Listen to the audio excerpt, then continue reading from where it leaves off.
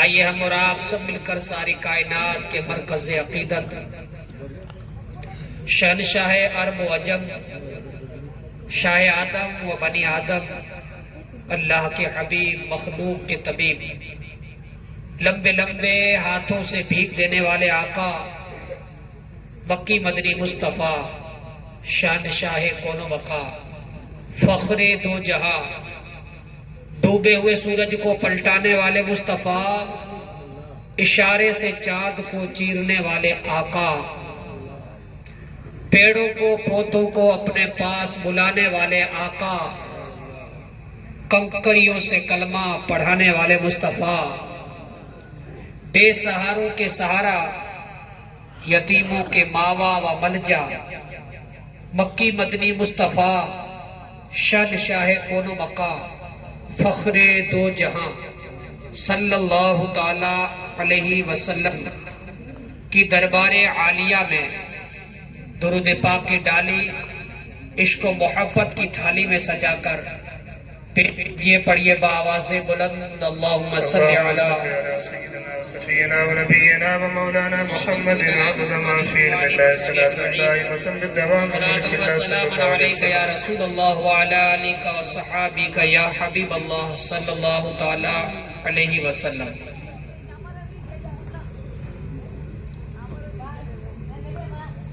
عزیزم شاہد بھائی کہ دونوں صاحبزادوں عزیزم صابر بھائی و عزیزم ساحل بھائی کی شادی کے موقع پر محفل میلاد کا اہتمام کیا گیا اور ماشاءاللہ اچھے طریقے سے کیا گیا. خالق کائنات کی بارگاہ میں دعاگو ہیں کہ اللہ تعالی شادی کو خانہ آبادی فرمائے اور جتنے بھی افراد نوجوان پس پردہ مائیں بہنیں سماعت فرما رہے ہیں یا رہی ہیں سب کو اپنے گھروں میں اپنے بال بچوں کی شادیوں کے موقع پر سنت رسول کا پاس و لحاظ رکھنے کی توفیق عطا فرمائے.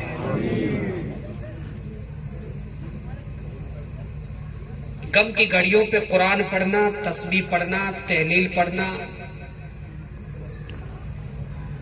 عرف میں مشہور ہے، لیکن میں دل کی گہرائیوں سے مبارکبادی ان تمام افراد کو دینا چاہتا ہوں جو غم کے موقع پر بھی خدا کو یاد رکھتے ہیں، خوشی کے موقع پر بھی خدا کو یاد رکھتے ہیں.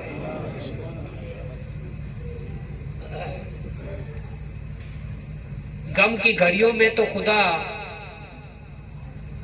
کوئی یاد نہ کرنا چاہے تو بھی آ ہی جاتا ہے.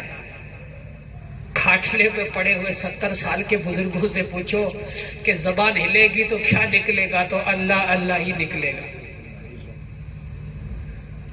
خوش قسمتی تو اس بات پر ہے کہ دولہے کے سر پر صحرا سجے، باپ کے لب پر نعت رسول سجی ہو. دولہے کے لب پہ صحرا سجے تو دادا خوشیوں سے جھومتا ہوا نعت نبی پڑھ رہا ہو. دولہے کے سر پر صحرا سجے، دادیاں اور نانیاں درود پاک کی تسبیح پڑھ کر رسول پاک کے لیے دعائیں کر رہی ہو. بیٹے کے سر پہ صحرا سجے، مائیں اپنے مسلوں کو بچھا کر کے رب قدیر کی بارگاہ میں فریاد کر رہی ہو کہ اے اللہ تیری دیوی امانت اپنے مقام مقصود تک پہنچ چکی ہے. تو یہ تو خوش قسمتی ہے. ہر شادی کو یا ہر محفل کو میں خوش قسمتی، خیر محفل تو خوش قسمتی ہی ہے، لیکن اب محفل جو ہوئی ہے نا، اللہ خیر کرے، کئی محفلوں میں بھی اس طرح دھوکہ دھڑی ہوئی، پھر بعد میں اس طرف غور کرنا پڑا، اس لیے تو ہمارا تو الحمدللہ اللہ کے کرم سے شروع سے ہی معمول ہے کہ زیادہ کسی کو پھولاتے نہیں کہ وہ آسمان پہ چڑھ جائے۔ اس لیے مفتی صاحب قبلہ نے فرمایا تھا، ہمارے پڑوسی ملک کے بہت بڑے عزیز ہیں، انہوں نے فرمایا کہ نعت خوانی چل رہی تھی، چلتے چلتے کہا یہ شعر پڑھو، نبی کے نام پر جو ہاتھ اٹھائے گا وہ سیدھا جنت میں جائے گا۔ اب وہ اتنے اونچے خوشی خوشی سے، تو حضرت نے بیان سے پہلے کہا کہ اب آسمانوں کی سیر کر رہے تھے، میرا بیان سننے کے لیے مہربانی کر کے تھوڑا زمین پر آ جاؤ، کیونکہ میں آسمان پہ بوڑھا انسان چڑھ نہیں سکتا ہوں، اس لیے تھوڑا نیچے تشریف لے کے آئیے۔ خیر، میں مبارکبادی دینا چاہتا ہوں اس بات پر کہ میں نے جو دیکھا ہے وہ اچھا دیکھا ہے، ورنہ کئی جگہوں پر یہ ہوا کہ ایک دن میلاد شریف ہوئی، پھر دوسرے نہ تیسرے دن ابھی گاڑی میں بات یہ چل رہی تھی فلان جگہ یہ ہوا تھا، فلان جگہ یہ ہوا تھا۔ میلاد میں تو حضرت نے کہا ماشاءاللہ میلاد کر لی، جنتی ہو گئے۔ اب ہوا حال یہ کہ ایک دن میلاد ہوئی، دوسرا نہیں تیسرا دن ہوا، ان کے پھولی کا نکل رہے ہیں، ان کے باجے گاجے جو کچھ کرنا ہے وہ کر رہے ہیں۔ گویا کہ وہ جو اسلامی طور طریقہ تھوڑا جو علماء نے رکھا تھا یہ کرنا پڑے گا، کوئی بات نہیں یہ بھی کر لیں گے، لیکن وہ علماء کی بات تھی اور یہ نوجوانوں کی بات ہے۔ ایسا نہیں ہے، ہم سب مصطفیٰ کے غلام ہیں اور ہم سب مل کر کے مصطفیٰ کی سنتوں کو زندہ کریں گے۔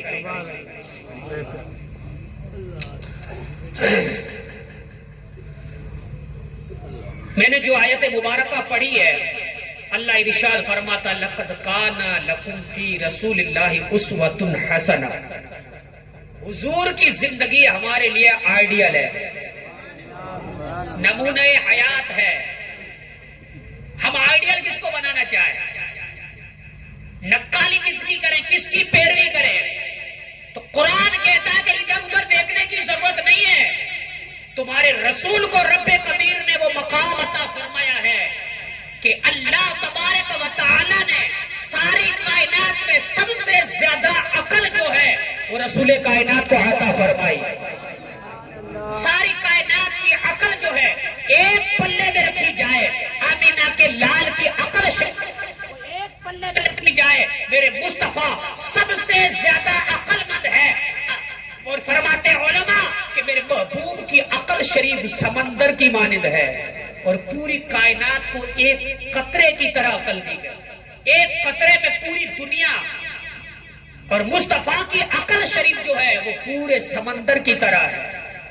اور کہتے ہیں نا عقل مند انسان کی پیروی کرنا چاہیے، عقل مند انسان کی بات کو ماننا چاہیے، عقل مند انسان سے مشورہ لینا چاہیے، عقل مند انسان کی بتائی ہوئی گفتگو پر عمل کر کے اپنی زندگی کو سنوارنا چاہیے۔ اب میں پوچھنا چاہتا ہوں، اگر معاشرے کے چند لوگ اکٹھا ہو جائیں، اکٹھا ہو کر کے رائے دینا شروع کر دیں، تو سب سے زیادہ اچھی رائے بزرگوں میں، نوجوانوں میں جو دے گا انہیں کہے گا یار یہ عقل مند ہے، اچھی رائے دیتا ہے، ان کی رائے کو مانا جائے گا، ان کی بات کو مانا جائے گا، اور جو یہ رائے دے اس رائے پر عمل کیا جائے گا۔ اب میں آپ سے کہنا چاہتا ہوں، گاؤں والے سب سے زیادہ عقل مند گاؤں میں جو ہے ان کی بات کو مانیں گے، شہر والے شہر میں جو زیادہ عقل مند ہوگا ان کی بات پر عمل کریں گے، صوبے والے اکٹھا ہو کر کے کہیں گے کہ ان کا فیصلہ جو ہوتا ہے وہ لاجواب ہوتا ہے، ان کی گفتگو لاجواب ہوتی ہے، ان کے مشورے لاجواب ہوتے ہیں، یہ جو بھی کہتا ہے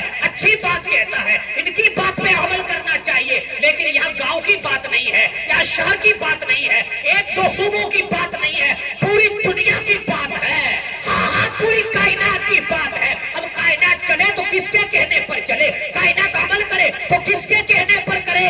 تو پھر رب قدیر نے بتا دیا کہ تجھے ادھر ادھر جانے کی ضرورت نہیں ہے، میں نے تجھے ایسا رسول عطا کیا ہے، ایسا رسول عطا کیا ہے، ان کی بتائی ہوئی باتوں پہ عمل کرو، تمہاری دنیا بھی آباد ہے، آخرت بھی آباد ہے۔ سبحان اللہ، نعرہ تکبیر، نعرہ رسالت، نعرہ رسالت، واہ واہ، سبحان اللہ، کیا کہنا۔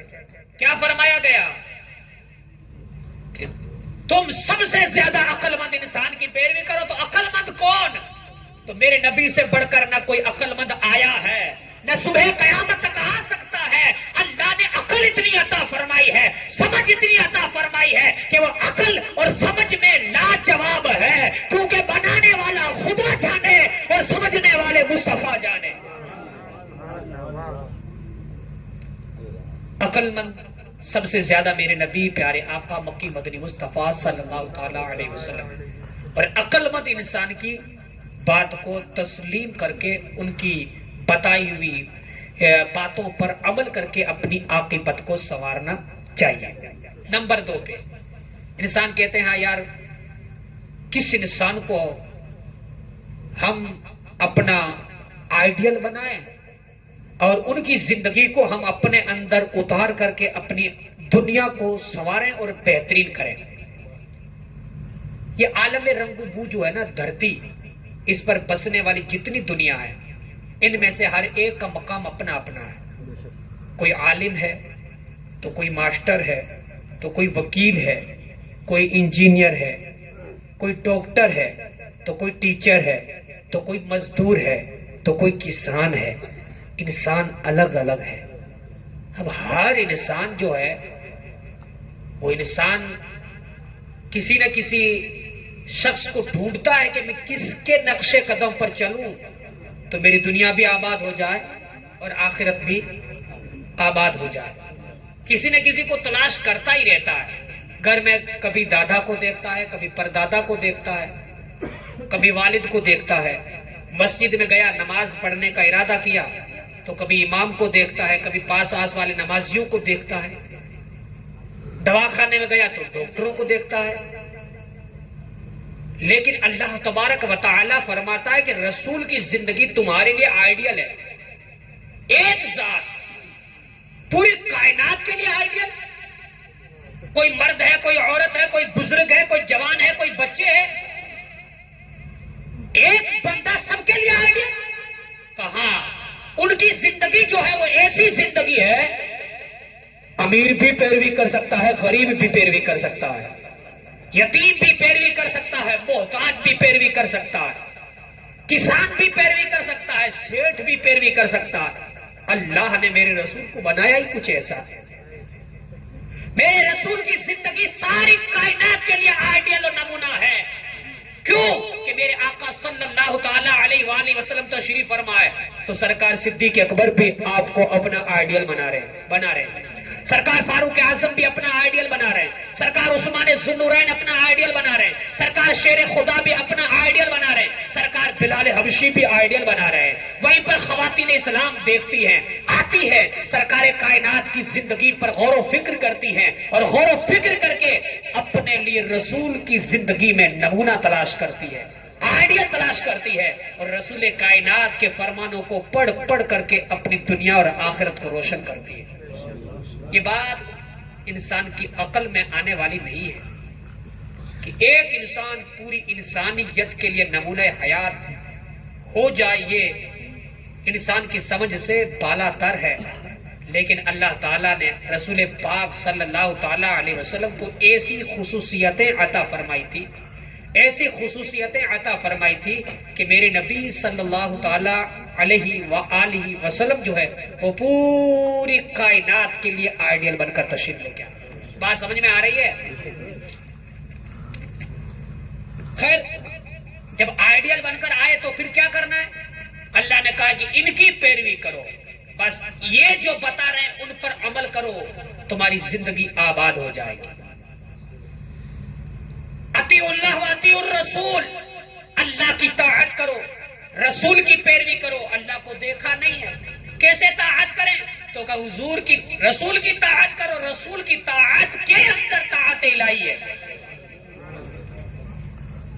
رسول کائنات صلی اللہ تعالیٰ علیہ وسلم کی اطاعت اور فرما برداری کے اندر طاعت الہی ہے۔ کیوں کہ ایک ذات کو اللہ تبارک و تعالیٰ نے ساری خصوصیات کا پیکر بنا کر کے مبعوث فرمایا۔ آدم علیہ السلام کی خصوصیت آپ کو رسول کی ذات میں نظر آئے گی، نوح کی خصوصیت رسول کی ذات میں نظر آئے گی، ابراہیم علیہ السلام کی خصوصیت حضور کی ذات میں نظر آئے گی، اسماعیل علیہ السلام کی خصوصیت حضرت رسول پاک کی ذات میں نظر آئے گی، حضرت موسیٰ کلیم اللہ کی خصوصیت حضور کی ذات میں نظر آئے گی، عیسیٰ عیسیٰ علیہ السلام کی خصوصیت حضور کی ذات میں نظر آئے گی۔ گویا کہ جو اوصاف، جو کمالات، جو خوبیاں اللہ تعالیٰ نے حضرت آدم علیہ السلام سے لے کر عیسیٰ تک عطا فرمائے، وہ ساری کی کی ساری خوبیاں ایک ذات محمد میں عطا فرما دی. بے شک سبحان اللہ سبحان اللہ. کیا کہنے. پیارے آقا صلی اللہ تعالیٰ علیہ وسلم کی ایک ذات کے اندر ساری خوبیاں عطا فرما دی. اب ٹیچر ہے تو دیکھیں کہ صفا کے چبوترے میں بیٹھ کر میرے آقا صحابہ کو کیسے درس دیا کرتے تھے. اگر طبیب دیکھنا ہو تو حضرت ابو قتادہ کی آنکھیں کا ڈھیلا باہر آ جاتا ہے تو دوڑ کر آتے ہیں، کہتے ہیں آقا میری آنکھ کا ڈھیلا باہر آ گیا. میرے آقا سوہنی مصطفیٰ آنکھ کا ڈھیلا باہر آ گیا. یہ الگ بات ہے، میں عقیدے کی بات کو یہاں پر تھوڑا عرض کر دوں. آقا نے یہ نہیں فرمایا کہ ابو قتادہ میرے پاس آ گئے، کسی ڈاکٹر کے پاس جاتے، حکیم کے پاس جاتے، مرہم پٹی کرا لیتے، میرے پاس آئے. کہاں صحابی تھا، ادھر والا نہیں تھا، صحابی تھے.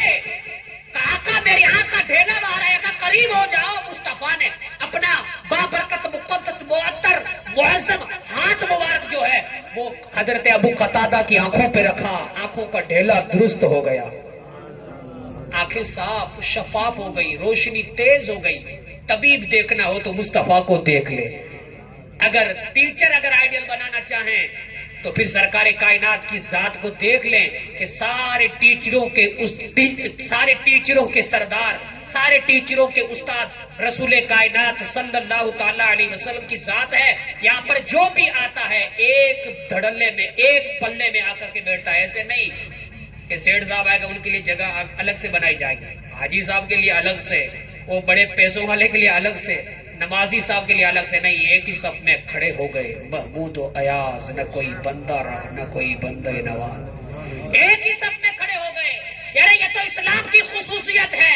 آپ کسی بھی دھرم میں ٹٹول کر کے دیکھ لو، سارے مذاہب کے اندر یہ فرقہ واریت ہے. میرا اسلام ایک ایسا اسلام ہے، میرا مذہب ایک ایسا مذہب ہے. یہاں پر ایک ہی صف میں امیروں کو، غریبوں کو، یتیموں کو، محتاجوں کو کھڑا کیا جاتا ہے. اور کسی میں ہمت نہیں ہے 18 سال کا غریب مزدور کسان اگر مسجد کی پہلی صف میں آ کر بیٹھ گیا، اب امام میں بھی طاقت نہیں ہے کہ اس کو اٹھا کر کے چوتھی صف میں پھینک دے. یہ تو بدلا ہوا معاشرہ ہے. یہ بگڑے ہوئے قسم کے نوجوان ہیں جو کہتے ہیں کہ آگے آ کر کے کیوں بیٹھ گیا، بچوں کو پیچھے کر لو. نہیں ماں نہیں پا، 12 سال کے بعد بچہ نہیں ہوتا ہے، اب بڑا ہو گیا ہے، اب اس کو پیچھے کرنے کا حق نہ کسی ادھیکار کو ہے نہ کسی امام کو ہے. بات سمجھ میں آئی کہ نہیں آئی؟ کہیں اوپر سے تو نہیں چلی گئی؟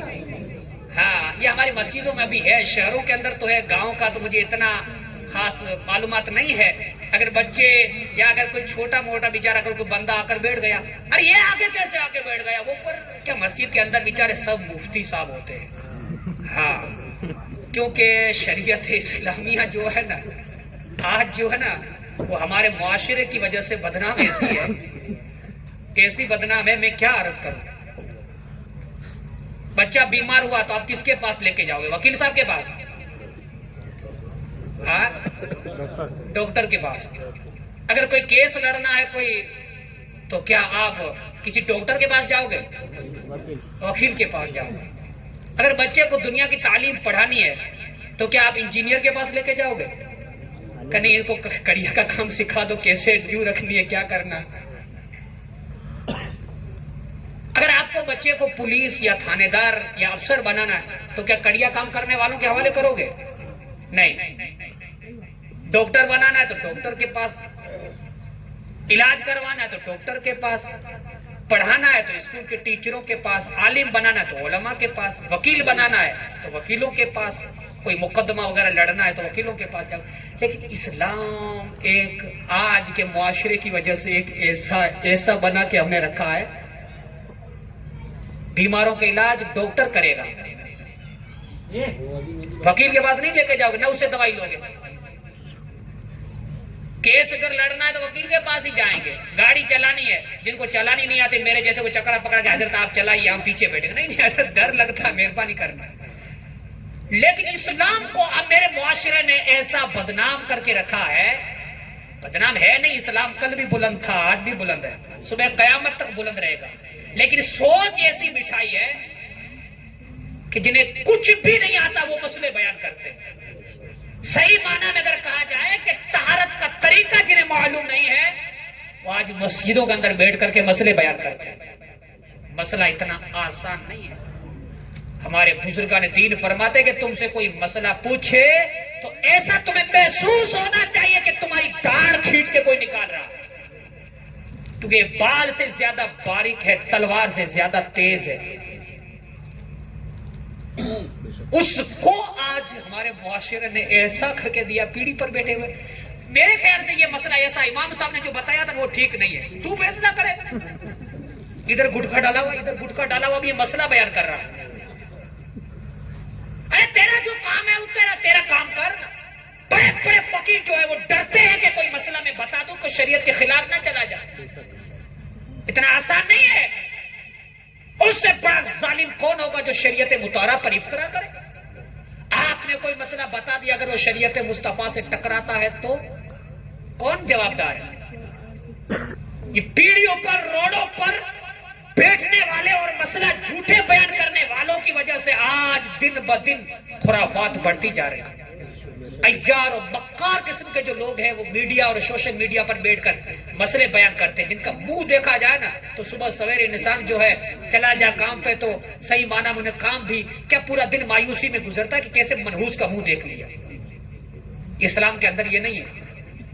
بہت سارے وہ جو سکول لیتے ہیں کہ کسی کا چہرہ دیکھ لیا. ہاں یہ الگ بات ہے کہ برکت والا چہرہ، کسی اللہ والے کا چہرہ دیکھیں گے تو برکتیں ضرور ملے گی، رحمتیں ضرور ملے گی، لیکن کسی کے چہرے کو میرے رب نے منحوس نہیں بنایا. سب چہرے برکت والے ہیں. ہاں یہ الگ بات ہے کہ کچھ گناہوں کی وجہ سے اگر گنہگار کو دیکھیں گے تو ہمارے دل کے اندر وہ اتنی روحانیت پیدا نہیں ہوگی. نیک پرہیزگار کو دیکھیں گے تو ہمارا دل باغ باغ ہو جائے گا. ان کی وجہ سے اللہ برکتیں نصیب فرمائے گا. میں سنت کا موقع ہے، شادی جو ہے نکاح جو ہے یہ سنت ہے، تو سنت کے تعلق سے چند باتیں عرض کروں گا.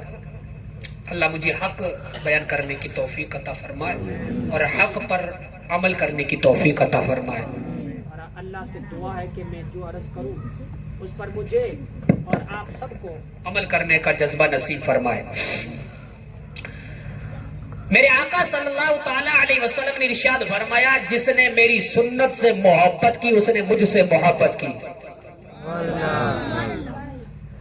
جس نے میری سنت سے محبت کی اس نے مجھ سے محبت کی، اور جس نے مجھ سے محبت کی وہ جنت میں میرے ساتھ ہوگا. جس نے مجھ سے محبت کی وہ جنت میں میرے ساتھ ہوگا.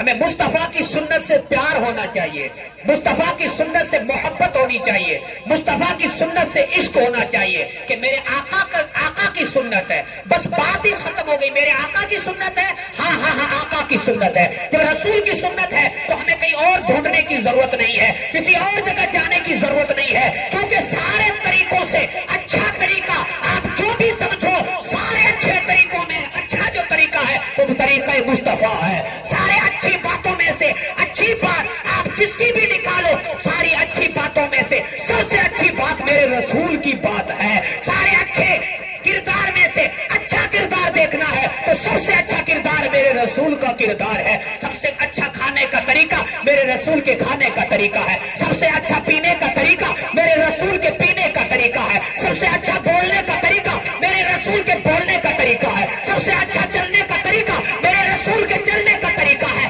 سب سے اچھا طریقہ کردار اور رفتار و گفتار کا میرے رسول کا ہے. رسول کے جیسا کردار نہ کل کسی کا تھا، نہ آج کسی کا ہے، اور نہ صبح قیامت تک کسی کا ہوگا. اور جو مصطفیٰ کے طریقے پر چلا وہ کل بھی کامیاب تھا، آج بھی کامیاب ہے، صبح قیامت تک کامیاب رہے گا. اس لیے تو ڈاکٹر نے کہا تھا کہ طریقے مصطفیٰ کو چھوڑنا ہے، وجہ بربادی قوم ہوئی ہے بے اقتدار اسی سے اپنی.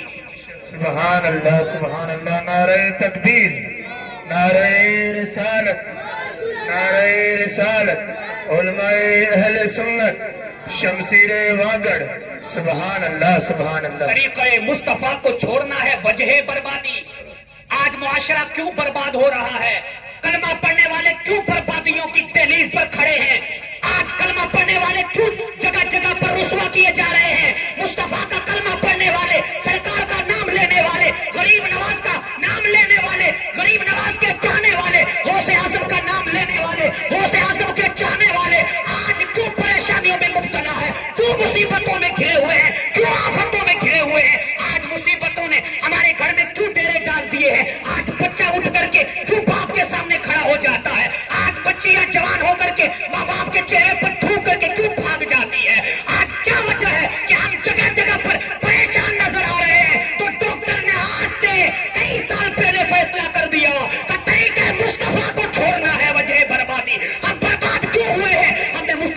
طریقہ چھوڑ دیا ہے, مصطفیٰ کے فرمان سے ہم نے روح گردانی کر دی ہے, مصطفیٰ کے طریقے سے ہم نے اپنے آپ کو موڑ لیا ہے. اگر مصطفیٰ کا طریقہ جب اپنایا ہوتا تو بچہ 10 بجے نہیں اٹھتا بلکہ 5 بجے اٹھ کر کے مسجد کا رخ کرتا ہوا نظر آتا ہے. ہائے کیا بات ہے, سبحان اللہ. اگر مصطفیٰ کا طریقہ اپنایا ہوتا تو پینٹ شرٹ پہن کر کے گلی بازاروں میں گھومتے نظر نہیں آتے, بلکہ اسلامی لباس پہن کر کے سر پہ ٹوپی سجا کر کے گلی بازاروں میں گھومتے ہوئے نظر آتے. اور لوگ دیکھ کر کے کہتے کہ جب 1400 سال کے بعد میں حضور کے امتی کا یہ عالم ہے تو پھر رسول پاک کا عالم کیا ہوگا, رسول کائنات کا عالم کیا ہوگا. اللہ اکبر. اگر طریقے مصطفیٰ اپنایا ہوتا تو ہمارا نوجوان چلتا, ہماری بستی کے نوجوان چلتے تو اپنی نظروں کو اٹھا کر کے پھاڑ پھاڑ کر کے بچیوں کو تاکتے ہوئے نہیں جاتے بلکہ نظریں جھکا کر کے کہتے کہ ہاں ہم عورتوں کو دیکھنے کے لیے پیدا نہیں ہوئے, حضور پر درود پڑھنے کے لیے پیدا ہوئے. سبحان اللہ